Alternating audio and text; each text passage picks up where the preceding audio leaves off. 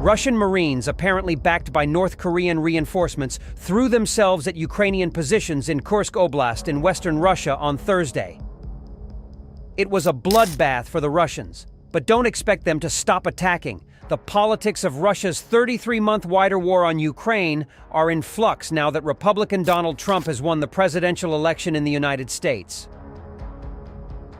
Trump has vowed to end the war in Russia before his inauguration in January. The Wall Street Journal obtained the details of Trump's plan, and they incentive the Russians to attack as hard as they can, as fast as they can in Kursk, losses be damned.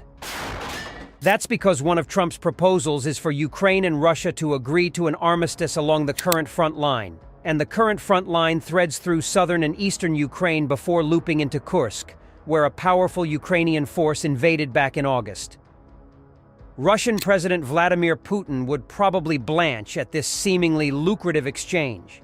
He had previously demanded that his troops drive Ukrainian forces out of Kursk by October 1st, a deadline Russia has blatantly ignored.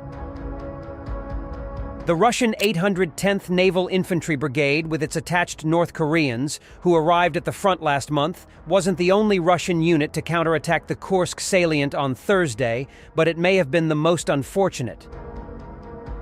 According to Kriegsforscher, a Ukrainian drone operator who is supporting the Ukrainian brigades in Kursk, the 810th Naval Infantry Brigade recently received a batch of 40 BTR-82 wheeled armored personnel carriers to make good some of the losses it has suffered while trying and failing to dislodge the Ukrainians in Kursk.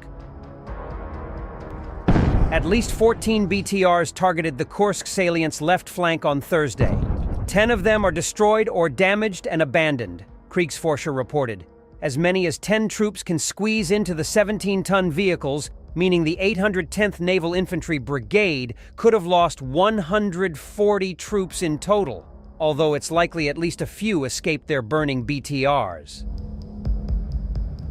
Kriegsforscher anticipated further assaults on the salient, and in the same places the Russian Marines just attacked in their BTRs. As I said before, the left flank and the center will be the hardest places in Kursk Oblast, Kriegsforscher noted.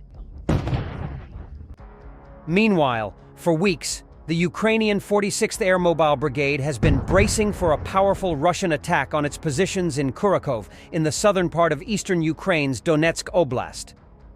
On Tuesday, that attack finally came in the form of at least 14 Russian armored vehicles, many of them laden with infantry. The attack was one of the opening salvos of a long-anticipated effort by the Russians to roll up Ukrainian defenses around the fortress city of Pokrovsk and nearby Mirnohrad, 25 miles north of Kurakov.